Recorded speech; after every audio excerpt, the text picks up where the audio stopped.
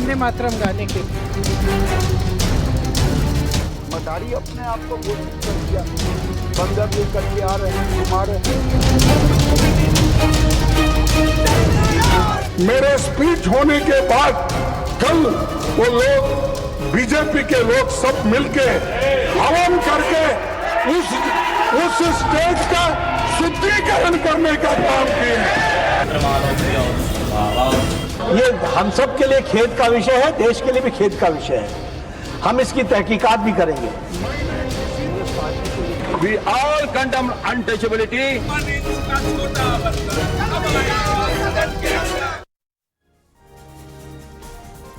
और अब बात संसद की। संसद का मॉनसून सत्र जो है शोर शराबे और हंगामे की भेंट चढ़ गया। ये सत्र महज 37 घंटे 49 मिनट ही चल सका। पूरे सत्र में सत्ता पक्ष और विपक्ष के बीच गतिरोध बना रहा। नीट पेपर लीक, राम मंदिर चढ़ावा चोरी, छात्रों पर लाठीचार्ज समेत दूसरे मुद्दों को लेकर संसद में गतिरोध और विरोध की दीवार खड़ी रही।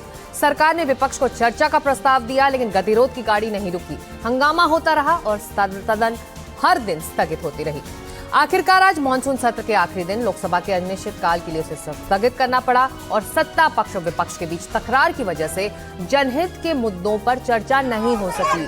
छात्रों का असल मुद्दा हंगामे की भेंट चढ़ गया। तो आज इसी मुद्दे पर हम बड़ी बहस 3 बजे करेंगे। हमारे साथ कुछ खास मेहमान भी जुड़ेंगे, लेकिन उससे पहले कुछ सवाल जो आज हम पूछने वाले हैं। आज का सवाल है, हंगामे की भेंट क्यों चढ़ा संसद? किस वजह से सत्र बर्बाद हुआ है? सदन में किसने चर्चा नहीं होने दी? छात्रों का मुद्दा सत्र में क्या धुल गया? हमारे साथ एक खास पैनल इस वक्त मौजूद है। धनंजय गिरी प्रवक्ता है बीजेपी के, समीर चौगांकर वरिष्ठ पत्रकार, शुभ्रांश राय प्रवक्ता कांग्रेस के, अमीर जमई प्रवक्ता है समाजवादी पार्टी के। शुरुआत शुभ्रांश राय आपसे। मॉनसून सत्र खत्म हो गया, हंगामे की भेंट चढ़ गया। पूरा देश देखता रहा कि समाधान छात्रों का यहां से निकलेगा, लेकिन समाधान क्या निकल पाया? क्या हासिल रहे कांग्रेस के लिए मॉनसून सत्र के? आपके पैकेज में एक बड़ा सुंदर सा शब्द था, जनहित के मुद्दे। इस देश के आने वाले भविष्य के ऊपर गोलियां चलाई गई। क्या ये सवाल पूछना गलत है कि उन गोलियों को चलाने का ऑर्डर किसने दिया था? क्या ये जनहित के मुद्दे नहीं है? पहला। दूसरा इंपॉर्टेंट बात, बिल्कुल सीधी सीधी बात करेंगे। आत्मनिर्भर भारत में राम मंदिर का निर्माण होता है। सनातनी हिंदू पूरा ब्रह्मांड उस बात का साक्षी होता है। उसके कर्ता धर्ता तमाम सिर्फ लोग जो है वो नरेंद्र मोदी के खास खास होते हैं। वहाँ जो चढ़ावा है उसमें डकैती होती है। उस डकैती के लिए सीधे सीधे नरेंद्र मोदी जिम्मेदार हैं, क्योंकि उन्होंने जो वहाँ लोग अपॉइंटेड हुए वो सब नरेंद्र मोदी के कृपा प्रसाद से हुए। तो क्या ये जनहित का मुद्दा नहीं है? यहाँ मुद्दा चढ़ावा और चंदे से ज्यादा जरूरी है लोगों की भावना और उनका विश्वास। तीसरी इंपॉर्टेंट बात, जो जनहित की हम बात करते हैं, तो सवाल ये है मैडम कि आपकी जिम्मेदारी है सरकार चलाने की। विपक्ष क्या कह रहा था कि गृह मंत्री जी आप सिर्फ पार्लियामेंट में आकर अपने कक्ष में मत बैठिए, आप टेलीविजन से कार्रवाई मत देखिए, आप आइए और लोकसभा के अंदर जवाब दीजिए कि हाँ मुझे मालूम है कि कौन से अधिकारी ने ये गोली चलाई है, मेरी जानकारी में है, या मैंने ये आदेश दिया है गोली चलाने का, या मुझे नहीं मालूम है। अगर आपको मालूम है तो जवाबदेही आप पर तय होगी, और अगर आपको नहीं मालूम है तो इसका मतलब आप इनकॉम्पिटेंट हैं। आप गृह मंत्री के पद पे बने रहने के लायक नहीं है, क्योंकि आपने सिर्फ एक गोली नहीं चलाई है, आपने हिंदुस्तान के भविष्य के ऊपर गोली चलाई। नहीं चलिए, ये तो आप बहस कर रहे हैं। मेरा सीधा सवाल ये था शुभ्रांश जी कि क्या हासिल रहे कांग्रेस के लिए मॉनसून सत्र से? मुझे एक भी हासिल आपने या फिर क्या गेन किया कांग्रेस ने, अगर मैं इसको सीधे शब्दों में डालूं तो इसका जवाब अभी नहीं मिला है। नहीं सिकता जी, ऐसा है ना कि हम लोग कोई व्यापारी तो है नहीं, हम विपक्ष हैं। हमने गेन किया ना, हमने हिंदुस्तान के भविष्य को बर्बाद नहीं होने दिया। हमने हिंदुस्तान के युवाओं पर जो सरकार और उनके लोगों ने जो गोलियां चलाई है उनके लिए हमने सरकार को कटघरे में खड़ा किया है।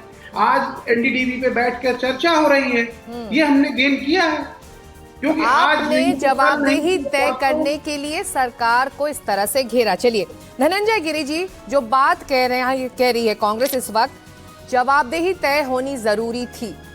आप लोगों ने 2 कदम आगे बढ़कर गतिरोध को खत्म करने की कोशिश आखिर के दिनों में की, लेकिन ये कोशिश शायद अगर शुरुआती दिनों में हुई होती तो ये गतिरोध इतना लंबा बरकरार नहीं रहता। 20 जुलाई को ये सेशन शुरू हुआ था। देखिए, सबसे शर्मनाक बात यह है विपक्ष का जो व्यवहार जो है वो बिल्कुल गैर जिम्मेदाराना है। लोकसभा की उत्पादकता मात्र 19% और राज्यसभा की मात्र 39% है। लेकिन इतने सालों में कुल 12 बिल पास हुए, जिसमें 11 बिलों पर चर्चा भी नहीं हो सकी। मुझे एक बात बहुत अच्छी लगी कि जो गोली चली ही नहीं, कांग्रेस को उसकी चिंता है, लेकिन असम गण परिषद के आंदोलन में 470 कितने 470 स्टूडेंट्स की हत्या हुई, वो भारत का भविष्य नहीं थे। ये समझने वाली कांग्रेस पार्टी एक जिसमें एक कैजुअलिटी नहीं हुई, उसमें भारत का भविष्य खराब हो रहा था। 470 छात्रों की असम गण परिषद के आंदोलन में हत्यारीन कांग्रेस पार्टी आज एक छात्र जिसमें एक कैजुअलिटी नहीं हुआ, उसको भारत के भविष्य के साथ, और वही Congress party the same time Jharkhand में हो रहे आंदोलन से किनारा कर रही है। राहुल गांधी वहां सरकार के हिस्सा है और अब तो हेमंत सोरेन से कह रहे हैं। अब हेमंत सोरेन की बात नहीं मान रहे तो राहुल गांधी इनकम्पिटेंट है, इनकैपेबल है, या बिल्कुल वैसा ही है। मैं सरकार की कोशिश की बात कर रही हूँ, क्योंकि सदन को चलने देना एक सामूहिक जिम्मेदारी होती है धनंजय गिरी जी। तो ये जो कोशिश हुई आखिर के दिनों में, शायद ये कोशिश ये पहले हो गई होती, विपक्ष को मनाना ज्यादा आसान होता। देखिए, टैक्स पेयर के पैसे की बर्बादी, ये देश की जनता, करोड़ों रुपए जो बर्बाद हुए, देश की जनमाती जनता इसको देख रही है। कांग्रेस पार्टी का सिर्फ एक एजेंडा है कि राहुल बाबा को जो भारत, उससे कई बार ज्यादा मिसाइल इसरो के द्वारा लॉन्च होते तो हो जाते, सैकड़ों बार लॉन्चिंग उनकी फेल हो गई। उनके लॉन्चिंग पैड को तैयार करने के लिए सदन क्या पूरे राष्ट्र को बैबली वेदी पर चढ़ा दिया जाए तो भी मंजूर है। भाई आप आइए, सार्थक चर्चा कीजिए, लगातार कर रहे हैं, और आप देखे होंगे आज तक जिस मुद्दे पर वो जवाब मांगते हैं, जब सार्थक चर्चा की पहल तो पिछले 4-5 दिनों में 2 बार हुई, लेकिन तब तक विपक्ष के तेवर और ज्यादा कड़े हो गए थे। अमित जमई जी, ऑनेस्टली ये बताइए कि समाजवादी पार्टी ने इस गतिरोध को बनाकर रखने के लिए, जैसा कि सुब्रांश जी कह रहे हैं कि हम तो सवाल कर रहे थे सरकार से, कटघरे में खड़ा कर रहे थे, तो उसका भरपूर साथ आपने दिया, लेकिन छात्रों के मुद्दे से शुरू हुआ ये पूरा जो विरोध प्रदर्शन और गतिरोध था संसद के अंदर, संसद परिसर के बाहर, क्या इससे छात्रों के मुद्दे को बल मिला है, या फिर छात्रों के मुद्दे आखिर दिन आते आते तो धुल गए, भुला दिए गए? आप बहुत ही सीजन जर्नलिस्ट रहे हैं हमेशा।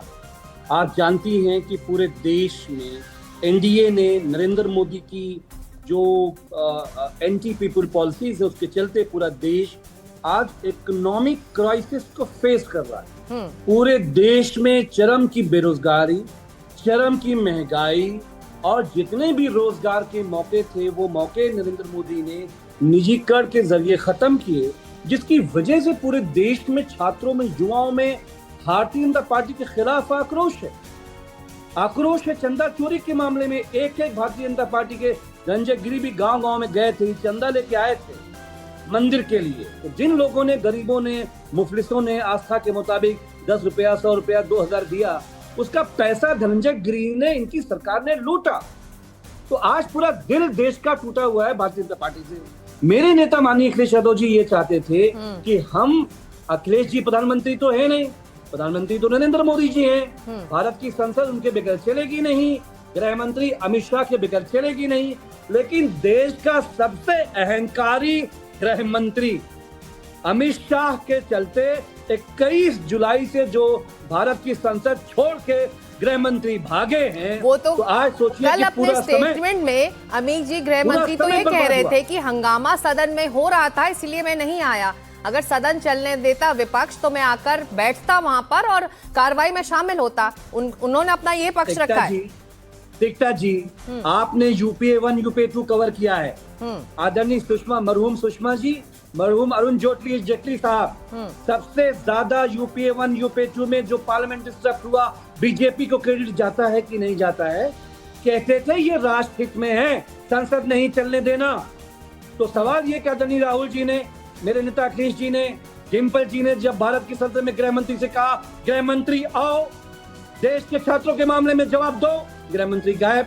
चंदा चोरी पे जो कुछ हुआ, ये निरुपम मिश्रा कब तक घूमेंगे, गृह मंत्री गायब, प्रधानमंत्री गायब। तो पूरा देश ये जानता है कि ये सरकार, तो आप कह रहे हैं कि अगर गृह मंत्री आते, सरकार की तरफ से पहल होती तो सदन की कार्रवाई चलती। धनंजय जी, जो बात विपक्ष कह रहा है इस वक्त, अगर सदन में गृह मंत्री पहुंच जाते तो कार्रवाई होती, काम काज के लिए विपक्ष भी बैठता, क्योंकि मंत्री जी दिखाई नहीं दिए इसीलिए हंगामा होता रहा। जी, गांव में कहावत है कि बच्चे के मौत पे डाइन माथा पीटती है, तो ये वो डाइन है समाजवादी पार्टी जिसने राम भक्तों पर गोली चलवाई है। अमीक जमाई जैसे लोगों की जिसकी ठंडी नहीं लगी है, ये माथा पीट रहे हैं। इनके नेता समाजवादी पार्टी प्रधानमंत्री न है, न बनेंगे, न होने के, न मुख्यमंत्री के चांसेस ने। प्रधानमंत्री तो बहुत दूर की कौड़ी है। दूसरी बड़ी बात है कि धनंजय गिरी ने चंदा नहीं मांगा, धनंजय गिरी ने दिया है। Dhananjay Giri is one of the donor. मेरे सवाल का जवाब धनंजय जी प्लीज, इधर उधर नहीं प्लीज। मैं वही कह रहा हूँ, गृह मंत्री जवाबदेह गृह मंत्री हैं और जवाब देने को सदैव तैयार हैं। भारत माता के मुकुटमणि से धारा 370 की कालिक पोंछने वाले, नई सदी के लौह पुरुष, अखंड भारत के सपने को, सरदार पटेल के सपने को मूर्त रूप देने वाले, नक्सलवाद को जड़ मूल से समाप्त कर देने वाले, या स्तुत्य कार्य करने वाले गृह मंत्री आदरणीय अमित शाह जी के सामने समीर चौगाकर जी हमारे साथ हैं। चलिए, समीर चौगाकर जी हमारे साथ हैं। समीर जी, मुझे तो ये लग रहा है ये तो वही हो गया जो रणनीति रही, पहले आप। सरकार कह रही हंगामा होता रहा इसलिए सदन की कार्रवाई के लिए हम शामिल नहीं हो पा रहे थे। विपक्ष कह रहा है कि अगर गृह मंत्री होते तो हम कार्रवाई चलने देते, हम हंगामा नहीं करते। तो पहले आप और ट्रेन छूट गई, मानसून सत्र खत्म हो गया। चिंता की बड़ी चिंता ज्यादा बड़ी है। मानसून सत्र तो खत्म हो गया, पूरा धुल गया है। तो क्या ये जो मानसून सत्र में हंगामा हुआ ये आने वाले शीतकालीन सत्र में भी देखने को मिलेगा? क्या उसके बाद आने वाले बजट सत्र में भी देखने को मिलेगा? और 2029 तक जितने भी सत्र होंगे, चाहे फिर वो बजट सत्र हो, शीतकालीन सत्र हो या मानसून सत्र हो, सारे सत्र में हमें यही हंगामा देखने को मिलेगा। क्योंकि मुझे लगता है कि ये जो अभी इसका पटाक्षेप तो हुआ नहीं, राहुल गांधी अड़े हुए हैं। क्या अगले बार भी विपक्ष इसी तरह से लेकर चलेगा और हम अगला शीतकालीन सत्र भी इसी तरह से पूरा बाधित होते हुए देखेंगे? ये बहुत दुर्भाग्यपूर्ण है भारतीय लोकतंत्र के अंदर, सिक्ता जी।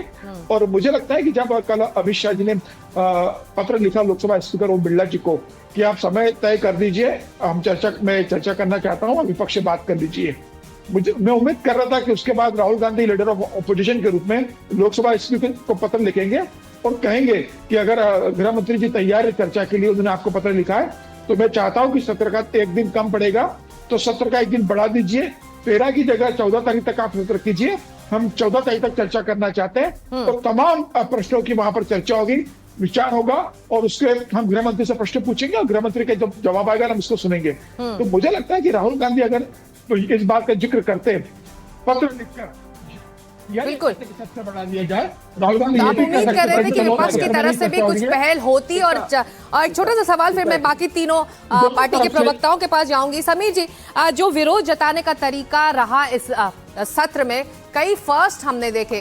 क्या पार्लियामेंट्री प्रोसेस में वेल में जाने से और जिस तरह से संसद परिसर के अंदर जो सीमाएं लांगी गई, क्या इससे संसद की गरिमा को ठेस नहीं पहुंचा? भले ही विरोध प्रदर्शन सरकार को घेरने के लिए था, लेकिन उसकी सीमाएं भी लांगी गई। निश्चित रूप से सिक्ता जी, इसमें कोई दो राय नहीं। मैं लंबे समय तक पार्लियामेंट कवर करता रहा हूँ, तो मुझे तो बड़ा आश्चर्य लगा कि इस तरीके से जो पूरी गरिमा तार हुई, जिस तरीके से शब्दों का इस्तेमाल हुआ, जिस तरीके से वेल में जाकर हुआ। भाई आपने इस्तीफा मांगा शिक्षा मंत्री का इस्तीफा हो गया है। आप बिल लेकर सरकार आई, बिल पर चर्चा की, आपने मांगी चर्चा, बिल पर भी आप चर्चा में हिस्सा लेते हो। चर्चा में हिस्सा लेने के बाद आप कहते हो कि भाई अमित शाह जी का बयान होना चाहिए, गृह मंत्री के रूप में अमित शाह जी का बयान होना चाहिए। लेकिन आप समय तो देंगे, बयान तो सड़क पर तो नहीं होगा, अमित शाह जी का बयान तो सदन में होगा ना, सदन चले समीर जी का बयान होगा। बिल्कुल, जो बात समीर जी कह रहे हैं, सुब्रहान जी, अमित जी मैं आऊंगी आपके पास। जो बात समीर जी कह रहे हैं, सदन में चर्चा के दौरान सरकार को घेरना एक पार्लियामेंट्री प्रोसेस को फॉलो करना माना जाता है। लेकिन सुब्रहान जी, आपके अपने साथी राजीव राय जी है, समाजवादी पार्टी के एमपी, आज जिस तरह से आप लोगों ने विरोध प्रदर्शन किया है ना, वो मंकी टॉय लेकर, उस पर आपके अपने साथी, इनके वरिष्ठ नेता अमीक जी के सवाल उठा रहे हैं। कोई गरिमा को ठेस पहुंची है ये इस तरह के विरोध प्रदर्शन परिसर के अंदर?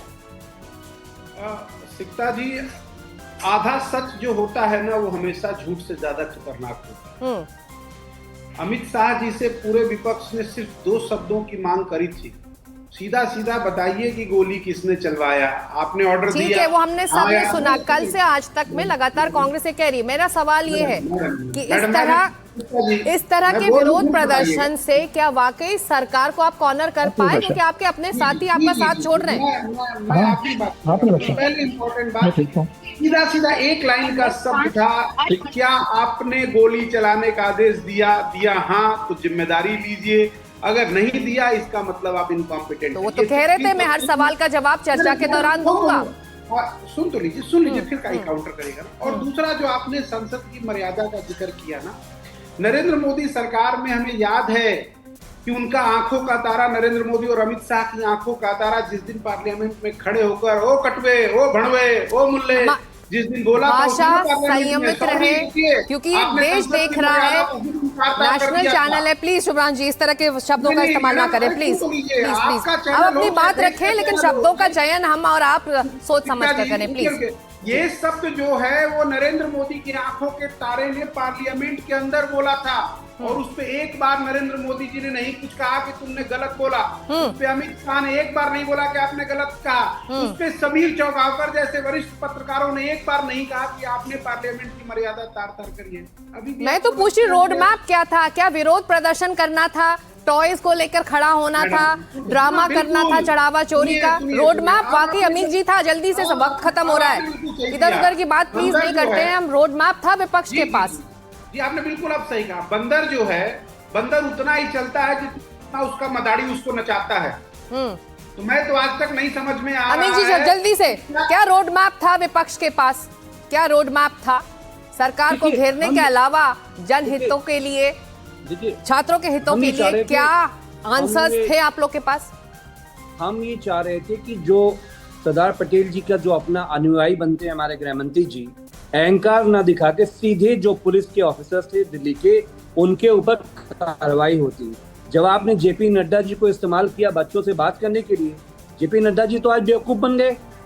वो गए वादा करके आ गए कि फास्टैग कोड बनेगा। समाधान क्या था? मेरा सीधा सवाल है, कार्रवाई होगी। समाधान रोड मैप क्या था? आप लोग क्या सुझाने वाले थे अगर सदन चलता? समाधान तो संसद को चलने नहीं दिया गया सीता जी। जब संसद को चलने नहीं दिया गया, प्रधानमंत्री संसद की इज्जत नहीं करते, गृह मंत्री भारत की संसद से ऊपर अपने आप को समझते हैं, तो समाधान क्या होता? समाजवादी पार्टी के पास, जब सरकार तैयार हुई तो शायद एक समाधान होता कि ठीक है आमने सामने बैठे और चर्चा करें। ये एक ऐसा मुद्दा है जिसको लेकर छात्र भी देख रहे हैं कि संसद में जो सामूहिक जिम्मेदारी होती है लेजिस्लेशन की, वो दोनों पक्षों की तरफ से नहीं हो पाई, और एक तरह से जो बैठकर लेजिस्लेशन पास हो उसको लेकर जो कार्रवाई होनी चाहिए थी वो नहीं हो पाई है। और यही सबसे बड़ा मुद्दा इस मॉनसून सत्र का रहा। बहुत शुक्रिया आप सभी लोगों का, क्योंकि महाराष्ट्र से एक और बड़ी खबर आ रही है, हमें उस तरफ बढ़ना होगा। महाराष्ट्र के नांदेड़ में सुखबीर सिंह बादल पर हमला हुआ है। सुखबीर बादल अस्पताल में इस वक्त भर्ती हैं। सुखबीर सिंह बादल खतरे से बाहर हालांकि बताए जा रहे हैं। हमले में सुरक्षा कर्मी के घायल होने की भी खबर आ रही है। सुखबीर सिंह बादल के हाथ में चोट आई है और शुरुआती जानकारी के मुताबिक कृपाण से सुखबीर सिंह बादल पर हमला हुआ है। गुरुद्वारा परिसर में यह हमला हुआ है। सीसीटीवी फुटेज के जरिए उस हमलावर को पकड़ा गया है और पुलिस की गिरफ्त में वो हमलावर है, और उससे अब ये जानकारी जुटाने की कोशिश हो रही कि आखिर इस हमले की वजह क्या रही, क्यों उसने निशाना बनाया सुखबीर सिंह बादल को। और राहत की बात यह है कि खतरे से बाहर हैं इस वक्त सुखबीर सिंह बादल, उनके हाथ में चोट आई है। हालांकि जो हमारे ग्राउंड रिपोर्टर्स हैं वो बता रहे हैं कि जो उनका जो सुरक्षा कर्मी है वो गंभीर रूप से घायल है, उसका इलाज अस्पताल में इस वक्त चल रहा है। महाराष्ट्र के नांदेड़ पहुंचे हुए थे सुखबीर सिंह बादल और गुरुद्वारा में मत्था टेकने के लिए पहुंचे थे, और गुरुद्वारा परिसर में ही उन पर कृपाण से हमला किया गया है।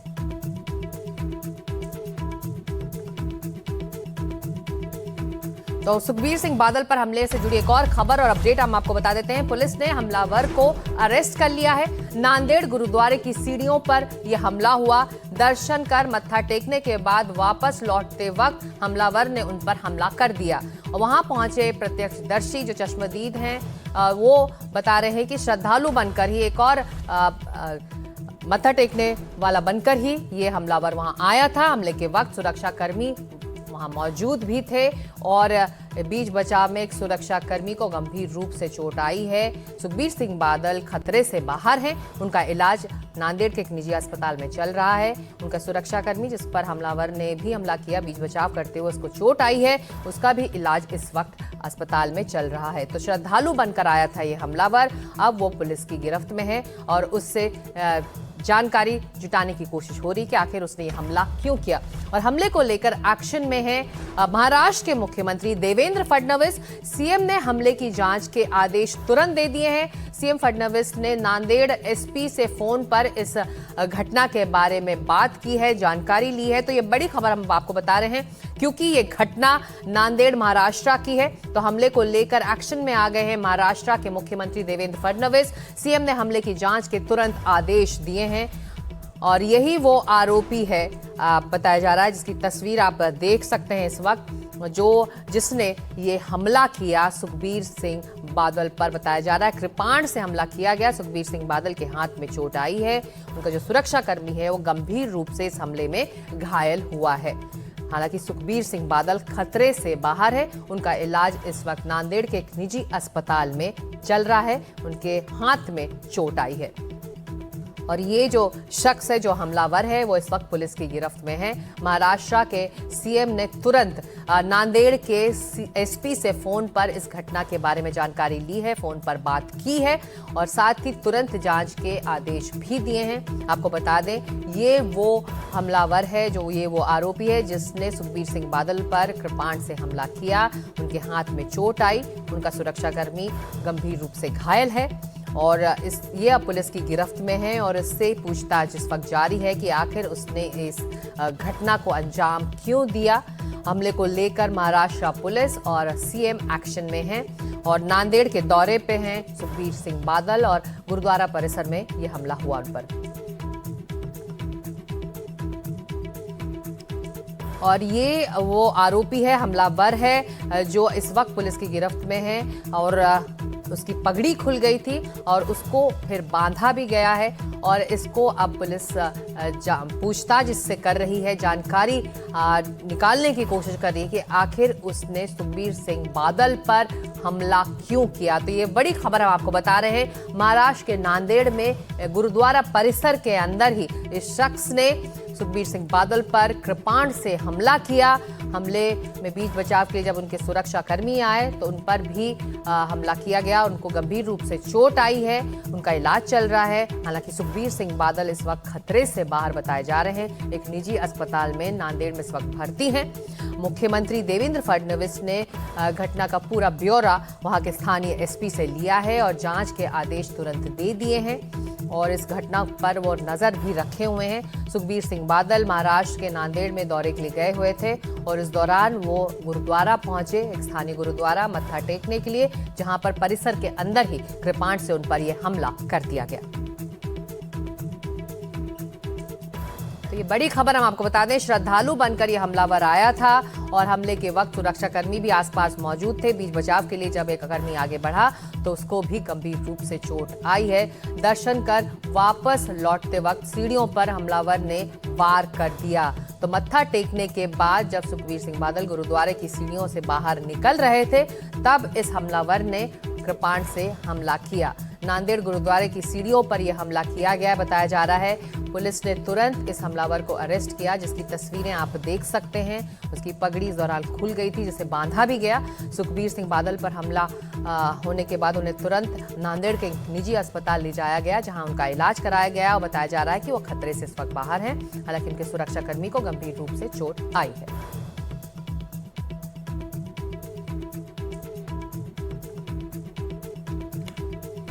ये बड़ी खबर और ये कुछ ताज़ा तस्वीरें आप देख सकते हैं। सीढ़ियों पर जब वो मत्था टेक कर बाहर निकल रहे थे तब इस हमलावर ने सुखबीर सिंह बादल पर हमला किया। हमले को लेकर मुख्यमंत्री देवेंद्र फडणवीस ने भी तुरंत जांच के आदेश दिए हैं और नांदेड़ पुलिस के एसपी से भी बात की है। सुजाता हमारी सहयोगी और ज्यादा अपडेट के साथ अब हमारे साथ जुड़ रही हैं। सुजाता, इस घटना के बारे में भी और क्या जानकारी? शुरुआती पूछताछ में कुछ पुलिस को हाथ लगा है इस हमलावर जो अब पुलिस की गिरफ्त में है? जी देखिए, आपको बता दें कि नांदेड़ के हजूर साहिब गुरुद्वारे में शिरोमणि अकाली दल के प्रमुख सुखबीर सिंह बादल पर एक निहंग, जिसका नाम अब तक कंफर्म नहीं हो पाया है लेकिन बताया जा रहा है कि उसका नाम जसपाल सिंह है, इस शख्स ने उन पर हमला किया है। नांदेड़ के एसपी ने एनडीटीवी से बातचीत में ये बताया है कि 2 साल से ये हमलावर उसी गुरुद्वारे में काम कर रहा था और आरोपी ने एक किरपन जिसे कहा जाता है उससे सुखबीर सिंह बादल पर हमला किया है। पुलिस ने जैसे ही ये हमला हुआ वैसे ही आरोपी को गिरफ्तार कर लिया है। फिलहाल हमले की वजह क्या है, इसको लेकर स्पष्टता जुटाई जा रही है। आपको बता दें कि यहाँ पर सुखबीर सिंह बादल अपने पूरे परिजन के साथ पहुंचे थे। उनकी सुरक्षा में तैनात एक स्पेशल सिक्योरिटी इंस्पेक्टर जिसका नाम संतोष केंद्रे है, वो इस पूरे घटना में गंभीर रूप से घायल हुए हैं, जिनका फिलहाल इलाज एक निजी अस्पताल में चल रहा है। जो विजुअल्स हमारे पास है उसमें अगर आप देखें तो सुखबीर सिंह बादल जो गंभीर रूप से घायल नहीं है, लेकिन जो उनकी हाथ पर चोट लगी है, जिसके बाद वो खुद चलकर अस्पताल के अंदर गए हैं, तो जिसके चलते अकाली दल के कुछ लोगों का कहना है कि वो उनकी हालत फिलहाल स्थिर है। लेकिन संतोष केंद्रे जो उनके स्पेशल सिक्योरिटी इंस्पेक्टर थे और उनका ड्राइवर इस पूरे मामले में घायल बताया जा रहा है और जिसका इलाज फिलहाल चल रहा है। जसपाल सिंह जो इस पूरे मामले में आरोपी है, उसे तुरंत गिरफ्तार कर लिया गया। 2 साल से वो उस गुरुद्वारे से एसोसिएटेड था, वो नांदेड़ में रह रहा था और नांदेड़ की अगर बात करें तो यहाँ पर बड़ी संख्या में आपको गुरुद्वारे मिलेंगे, वहाँ पर रह रहे जो निहंग है वो भी काम करते हैं। तो ऐसे में इसकी मंशा क्या थी कि वहाँ पर इसने मौका ढूंढते ही जो है यहाँ पर बादल पर हमला कर दिया। इसको लेकर फिलहाल जांच जारी है। महाराष्ट्र के मुख्यमंत्री देवेंद्र फडणवीस ने इसको लेकर सख्त आदेश दिए हैं, बताया है कि इस पूरे मामले में सख्त जांच की जाएगी। आखिर महाराष्ट्र की धरती पर नांदेड़ में इस प्रकार की घटना कैसे हुई, इसको लेकर भी हर एक एंगल से यहाँ पर जांच की जाएगी। ये कोई पहली घटना नहीं है। 2024 के दिसंबर में भी सुखबीर सिंह बादल पर हमला हो चुका है, उस समय भी जो है वो बच निकले थे। इस बार भी उन पर हमला होने ही वाला था कि उनकी ड्यूटी पर तैनात ऑफिसर वो बीच में आ जाता है और उस पर हमला हो जाता है, जिसके तुरंत बाद जो आरोपी था उसे वहीं पर धर दबोच लिया गया और वहीं से उसे डिटेन कर उससे फिलहाल पूछताछ चल रही है। ज्यादा जानकारी अब तक जो है पुलिस साझा नहीं कर पा रही है, लेकिन कुछ ही समय में इसमें ज्यादा जानकारी जो है वो साझा की जाएगी। लेकिन यहाँ पर ये बात है कि सुखबीर सिंह बादल पर महाराष्ट्र में नांदेड़ में हमला होता है, इतनी बड़ी चूक भी इसे मानी जा रही है सुरक्षा के मद्देनजर, क्योंकि Z+ सिक्योरिटी जिस नेता के पास है, जिस पब्लिक फिगर के पास है, उस पर इस प्रकार के हमला होना कहीं ना कहीं सुरक्षा को लेकर प्रदान की गई सुरक्षा को लेकर गंभीर सवाल खड़ा करता है। तो ऐसे में इंटेलिजेंस के पास आखिर इनपुट्स क्या थे, वहां पर सरकार की सुरक्षा की इंतजाम की गई। बिल्कुल, और ये गुरुद्वारा परिसर में ये हमला हुआ है। सुजाता, आप नजर रखें। आरोपी को लेकर इस वक्त एक और बड़ी खबर आ रही है। 2 साल से नांदेड़ में रह रहा था ये आरोपी गुरुद्वारे का सेवादार बताया जा रहा है। हमले के पीछे मोटिव क्या है, इसे लेकर अब पूछताछ जारी है। ये हमलावर अब पुलिस की गिरफ्त में है। पुलिस अब इससे पूछताछ कर ये निकालने की कोशिश कर रही है कि आखिर उसने ये हमला क्यों किया। ग्राउंड पर हमारे सहयोगी योगेश मौजूद है, चलते सीधे योगेश के पास। योगेश, सबसे पहले तो ये बताइए, सुखबीर सिंह बादल की हालत इस वक्त कैसी है? बताया जा रहा है कि खतरे से वो बाहर है, उनके सुरक्षा कर्मी को हालांकि गंभीर रूप से चोट आई है। देखिए, सुखबीर सिंह बादल जी के ऊपर हमला होने के बाद उनको नांदेड़ के यशोसाई अस्पताल में लाकर भर्ती कर दिया गया है। वहां पर जब ये गुरुद्वारा माता साहिब का दर्शन लेकर के नीचे उतर रहे थे, उसी समय हमलावर ने हमला किया। बादल जो है वहां से लंगर चखने के लिए जाने वाले थे और जो भावी के जो संगत है उसी के बीच में से एक आदमी जो बताया जा रहा है कि जो संशयित है उसको वो बाहर आया और उसने हमला किया। उसी समय महाराष्ट्र पुलिस के एक जाबाज पुलिस इंस्पेक्टर है, उन्होंने ये घटना को देखते हुए अपने खुद को अंदर डाला और बादल जी की जान बचाई।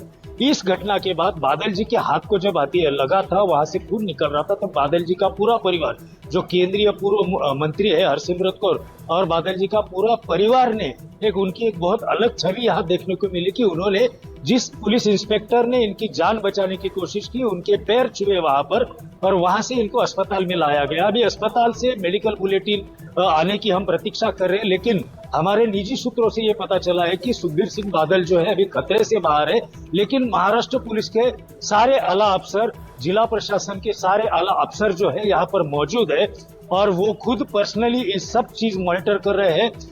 जो मेडिकल की सबसे अच्छी टीम है वो यहाँ पर आई है, सरकारी अफसर, डॉक्टर्स भी यहाँ पर है और निजी डॉक्टर्स भी जो है इस अस्पताल में पहुंचे और सारा मीडिया का जमावड़ा भी यहाँ पर है और प्रशासन के सारे आला अफसर यहाँ पर पहुंचे हैं। एक बात ये भी बताई जा रही है कि बादल जी को जो है यहाँ से प्रिलिमिनरी ट्रीटमेंट करके उनको कई मेजर सेंटर में जैसे मुंबई हो, दिल्ली हो या चंडीगढ़ हो, यहाँ शिफ्ट करने की बात भी अंदर चल रही है कि डॉक्टर से ये राय लेके उनको एक स्पेशल एयर एम्बुलेंस बुला करके वहां पर शिफ्ट करने की बातचीत जो है वो भी चल रही है, लेकिन इसकी अभी डॉक्टर ने या बादल परिवार ने या पुलिस ने अभी पुष्टि नहीं की है।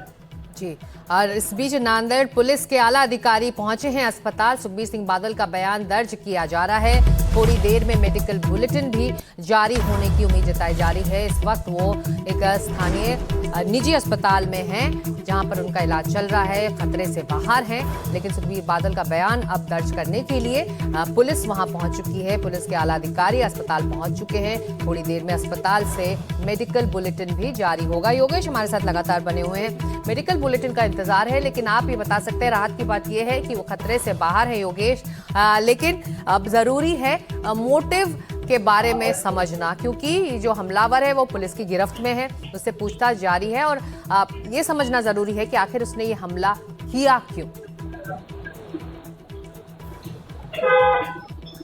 निश्चित तौर पर देखिए, महाराष्ट्र के नांदेड़ जिले में जो है ये सिख समाज के लिए नांदेड़ में ये दक्षिण काशी करके माना जाता है। उसके चलते नांदेड़ में रोज हजारों लाखों की संगत जो है रोज पहुंचती है और सभी लोग जो है यहाँ पर पंजाब से आते हैं, कोई हरियाणा से आता है, कोई देश विदेश से कई जगहों से यहाँ आते हैं।